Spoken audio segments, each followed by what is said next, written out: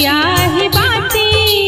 पितराइन के नोत कुएती सासु माई के साथी माछ अमरुआ खेती वही दिन सा कटिया ही बाती पितराइन के नोत कुएती सासु माई के साथी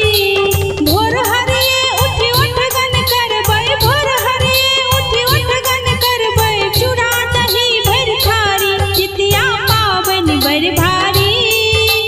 3 दिवस के पर्व सुंदर 3 दिवस के पर्व सुंदर पूजत महतारी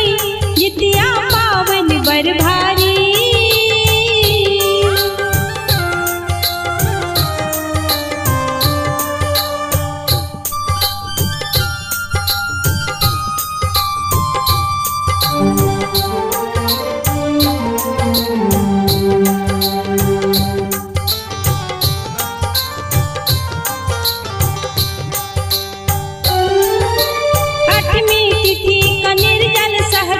पुत्रवती जे नारी जिमुत देव सा अरुदा मंगती ममता मई महतारी 8वीं तिथि का निर्जन सहती पुत्रवती जे नारी जिमुत देव सा अरुदा मंगती ममता मई महतारी